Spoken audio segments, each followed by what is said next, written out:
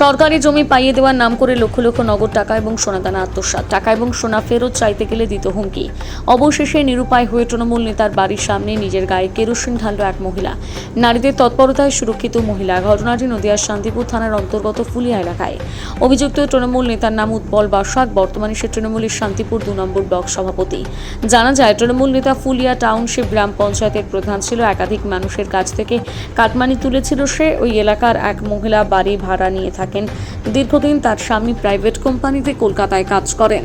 তারা 8 বছরের একটি মেয়ে রয়েছে। যেহেতু নিজের কোনো জায়গা নেই, সেই কারণে দীর্ঘদিনের জমানো টাকা এবং সোনার অলংকার ওই তৃণমূল নেতাকে দিয়েছিলেন। ওই তৃণমূল নেতা আশ্বাস দিয়েছিল তাকে একটি সরকারি জমি পাইয়ে দেবে, কিন্তু 10 বছর ধরে টাকা এবং সোনার গয়না দিলেও জমি সে নিজের নামে পায়নি। তাই মহিলা যখন বুঝতে পারে সে তার সঙ্গে প্রতারণা হয়েছে, তারপর থেকে তৃণমূল নেতার কাছে টাকা চাইতে গেলে তৃণমূল নেতা এবং তার পরিবার উল্টে তাদেরকে হুমকি দিত। তার স্বামী এবং কন্যা সন্তানকে ছেড়ে দেওয়ার হুমকি পর্যন্ত দিত বলে অভিযোগ করেন ওই মহিলা। এদিন যখন ওই তৃণমূল নেতার কাছে টাকা চাইতে গিয়েছিল, তখন উল্টো গরম দেখায় বলে অভিযোগ। অবশেষে ওই মহিলা নিরুপায় হয়ে কেরোসিন তেল এনে নিজের গায়ে ঢেলে ফেলেন।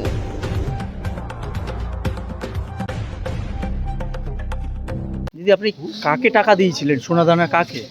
উৎপলকে দিয়েছিলাম। উৎপল কি করে? উৎপল প্রধান, কি কোন দলের? টিএমসি দলের প্রধান। মানে তৃণমূল নেতা ছিল? হ্যাঁ, তৃণমূলের নেতা ছিল। মানে কি জন্য দিয়েছিলেন? আমি টাকা ও আমাকে জায়গা দেবে বলে আমি আজকে টাকা দিয়েছিলাম ওকে। মানে ওর নিজের জায়গা নাকি সরকারি জায়গা? সরকারি জায়গা। আচ্ছা, আর আপনাকে দেবে বলেছিল? হ্যাঁ হ্যাঁ, কতদিন ধরে এটা চলেছে? এটা 10 বছর হয়ে গেল। এতদিন চেয়েছিলেন টাকা কিংবা হ্যাঁ, জমি? গেছিলাম, চাইতে গেছিলাম। ও বলছে আমাকে 2 মাস 3 মাস 4 মাস এরকম সময় দিচ্ছে। যেতে গেলে উল্টো পাল্টা করে কথা শোনায়, আচ্ছা, তাড়িয়ে দেয়, ভয় দেখায়। কত টাকা? তোমার সব কিছু দিয়ে 6 লাখ 6.5 লাখ টাকা হয়েছে, টাকা গয়না টয়না সব দিয়ে। সেই টাকা আর ফেরত দেয়নি? না, টাকাও ফেরত দেয়নি, কিচ্ছু দেয়নি, জায়গাও দেয়নি আমাকে। চাইতে গেলে কি বলে? চাইতে গেলে আমাকে ভয় দেখায়, বলে আমার স্বামীকে মারবে, না আমাকে মেরে দেবে। আমার ওইটুকুনি বাচ্চাকে ভয় দেখায়, উল্টো পাল্টা করে শোনায় আমাদেরকে। পরের বাড়িতে থাকতে দেবো না, ভাড়া এখানে ওখানে থাকতে দেবো না। আজকে কি করতে গেছিলেন? আজকে চাইতে গেছিলাম। ও বাড়িতে গিয়ে একটু ঢুকতে না ঢুকতে, কথা বলতে না বলতে ও বেরিয়ে চলে গেল গাড়ি নিয়ে। আর আমাকে বললো যা করার করে নেবে, যা করার দেখে নেবে, আমাকে তাই বলতে দিয়ে বেরিয়ে চলে গেল। দুটো কথা বললো না আমার সাথে। আপনি কি করলেন? আমি কি করবো, আমার জ্বালাতে আমি কেরোসিন ঢেলে নিয়েছি গায়ে দিয়ে, আগুন জ্বালাতে যাচ্ছিলাম আমি। আত্মহত্যার চেষ্টা করেছিলেন? হ্যাঁ, আমি আত্মহত্যার চেষ্টা করেছি। আমি মানে হঠাৎ এই সিদ্ধান্ত নিলেন কেন? আর পাচ্ছি না, আমার শরীরে জ্বালা উঠে গেছে, আর সহ্য করতে পারছি না। কত সহ্য করবো? আর পাচ্ছি না। আজকে 10টা বছর হয়ে গেল, আমি পারছি না সহ্য করতে। মানে এগুলো তো আপনার কষ্টের জমানো টাকা সব? হ্যাঁ, আমার সব কষ্ট, আমার শ্বশুর বাড়ির সব গয়না এগুলো। আমার শ্বশুর বাড়ির থেকে আমাকে আশীর্বাদ এই গয়না দিয়েছে, সেই গয়না আমি কি সব দিয়ে দিয়েছি ওকে, সর্বোচ্চ। মানে মেয়ের ভবিষ্যতে সব টাকা তো তাহলে হ্যাঁ, উৎপলের কাছে? সব উৎপলের কাছে দিয়ে দিয়েছি, টাকা গয়না। আজকে মেয়ের ভবিষ্যৎও দেখিনি, যে একটু জায়গা যদি দিতে পারে তার জন্য সব দিয়ে দিয়েছি। এখন যদি ফেরত না পান সে টাকা কি করবেন? এখন ফেরত না পেলে এখন কি করবো তাই এখন।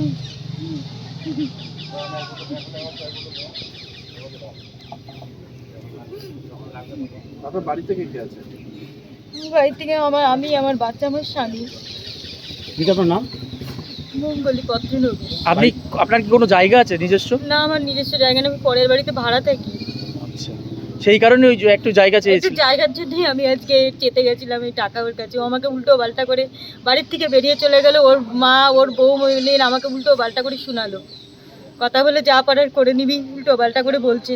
কোথার থেকে শোনা আসে আমার স্বামী এই, হ্যাঁ তোর স্বামীর কেনার ক্ষমতা আছে, যে গয়না পড়ছে এই, টাকা দিয়েছি, কোথার থেকে টাকা আসে, উল্টো পাল্টা করে আমাকে বললো। কি নাম আপনার? হ্যাঁ, আপনার নাম কি? আমার নাম মঙ্গলি পত্রনবী। কোথায় থাকেন আপনি? আমি ফুলিয়া কলোনিতে থাকি। আপনার স্বামীর নাম? আমার স্বামীর নাম নন্দন পত্রনবী। দিদি, আপনার নাম পরিচয়? আমার নাম ডোনা বসাক, ফুলিয়া টাউনশিপ গ্রাম পঞ্চায়েতের সদস্য। মূলত কি ঘটনা ঘটেছে আজকে?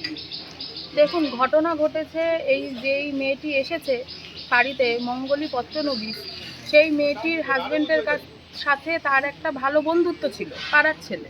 সেই বন্ধুত্ব হিসেবে মেয়েটির যেটুকু গয়নাগাটি ছিল, ক্যাশ টাকা ছিল, যে পাট্টার সম্পত্তি দেব বলে এরা এই টাকা পয়সা এই মেয়েটির কাছ থেকে, বউটির কাছ থেকে, বউটির হাজবেন্ডের কাছ থেকে নেয়, নিয়ে পাট্টা সম্পত্তি দেয় না এবং তাদের সাথে কোনো যোগাযোগও রাখে না। অনেকবার ফোন করেছে এর আগে, কোনোদিনও ফোন ধরেনি।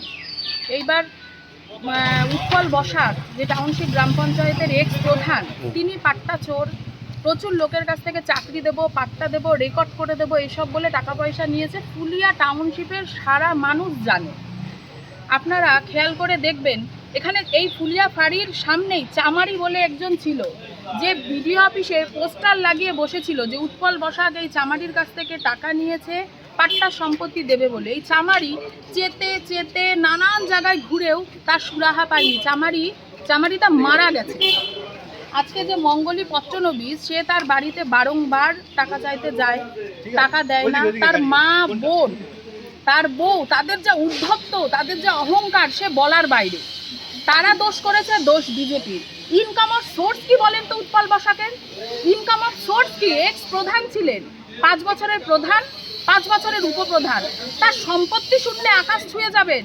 তার বউ যে গয়না পরে, যে অহংকার, যা শুনলে সাধারণ মানুষ সহ্য করতে পারে না। উৎপল বসাক এখন কোন দায়িত্বে আছে? উৎপল বসাক এখন কোনো টিএমসির ব্লক সভাপতি সম্ভবত, জানি না কি করে। এত কিছুর পরে বউটি বারংবার তার কাছে টাকা চাইতে যায়। সে বউটির সাথে ভালো ব্যবহার করে না।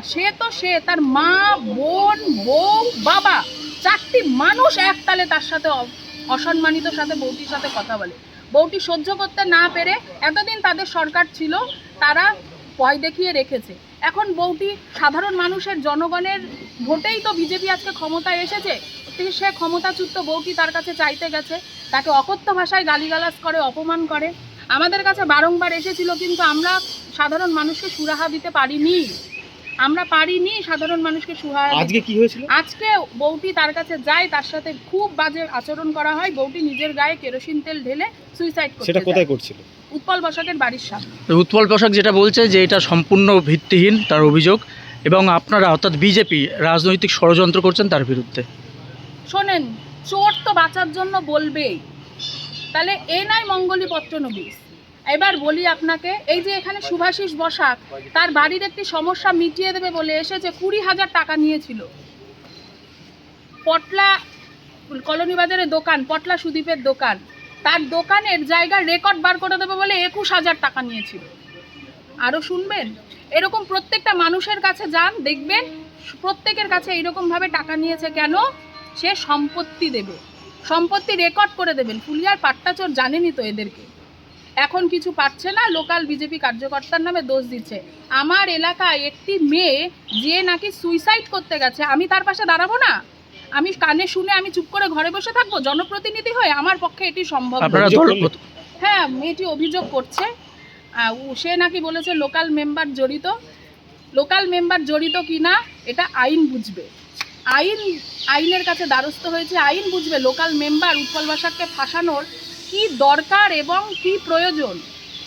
তুমি টাকা নিয়েছো, আজকে তুমি নাওনি, তোমার বাড়িতে প্রতিনিয়ত মানুষ যাচ্ছে, তুমি কেন আইনের কাছে দ্বারস্থ হচ্ছ না? তুমি কেন সকলকে টাকা ফেরত দিচ্ছ না? তোমার তো কম নেই, তোমার তো কম সম্পত্তি নেই। বউয়ের নামে সম্পত্তি, মায়ের নামে সম্পত্তি, বউয়ের গয়না, সেইগুলো লোককে দিয়ে দাও, বিক্রি করে দিয়ে দাও। তোমার কি ছিল? তাক গুনে খেতে, তোমার ইনকাম অফ সোর্স দেখাও। উৎপল বসাক কি করেন বলুন তো? কি কাজ করেন? বাজারে মাছের দোকানদার থেকে মুদিখানার পটলা পর্যন্ত, মুদিখানা বাজারের দোকানদার পর্যন্ত ওর কাছে টাকা পায়।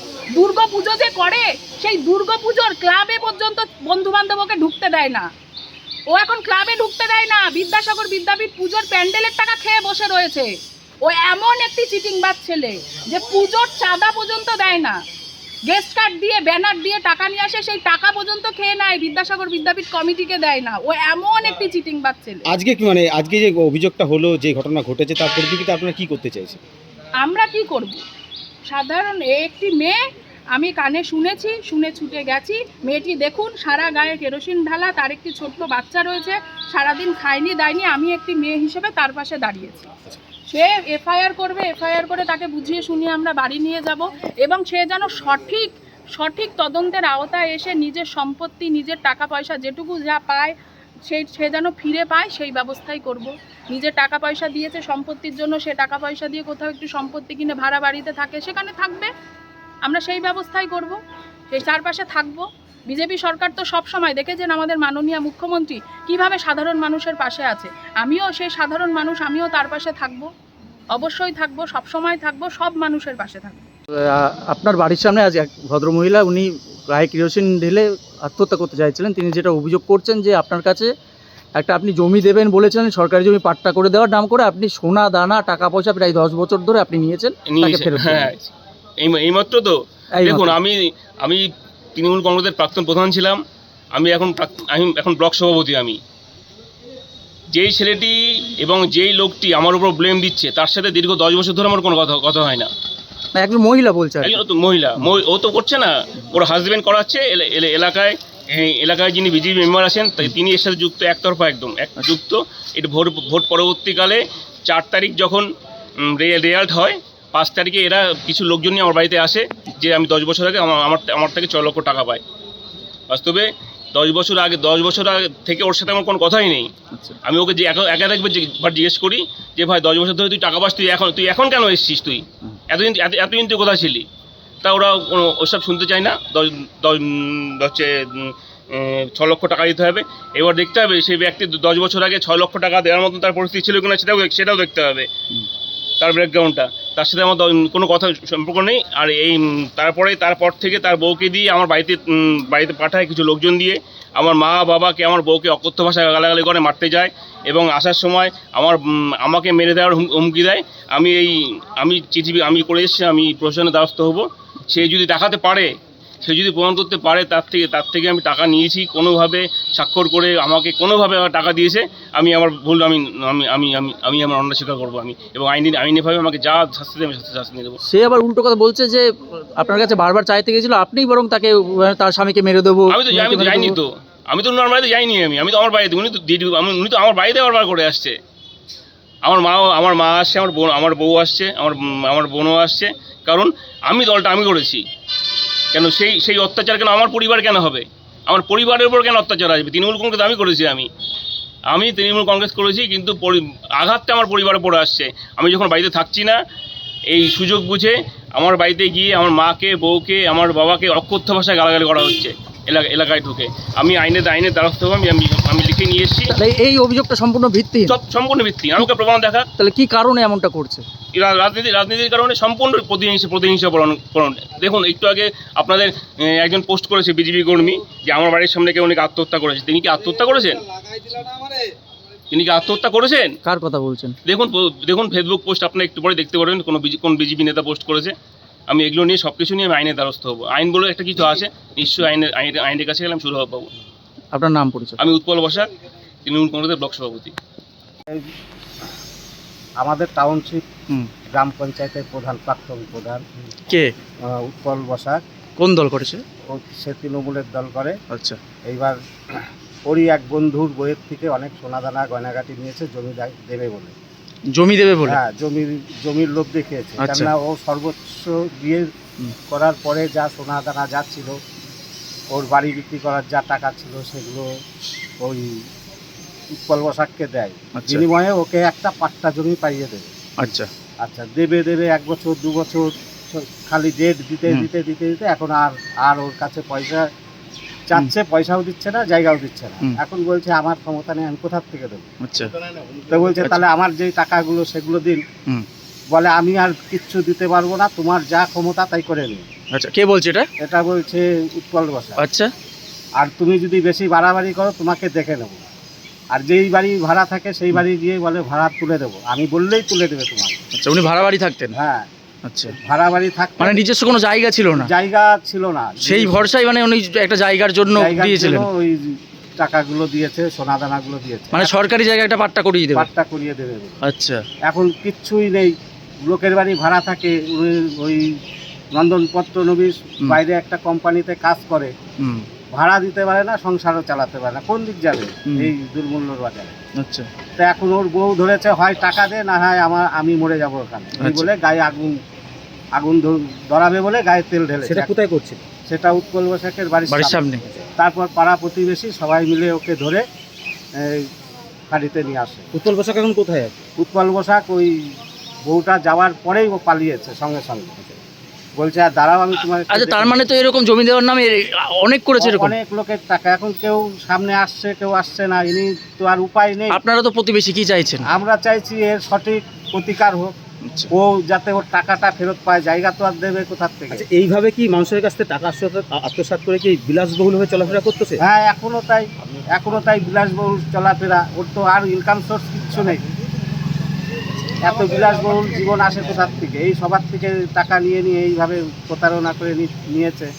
এখনো সেই বাড়ি, বিলাসবহুল চলাফেরা সব কিছুই আছে। আপনারা প্রতিবেশী হিসেবে কি চাইছেন? আমরা প্রতিবেশী হিসাবে চাচ্ছি যে এর দৃষ্টান্তমূলক শাস্তি হোক, আর ওর গয়না যেন ওকে ফেরত দিয়ে দেওয়া হয়, যাতে ও একটা মাথা গোঁজার জায়গা পায়। ওই মহিলাকে এখন অভিযোগ করছে থানায়? হ্যাঁ, থানায় এসে ফাঁড়িতে অভিযোগ করছে। কি নাম আপনার? আমার নাম পরিমল বিশ্বাস।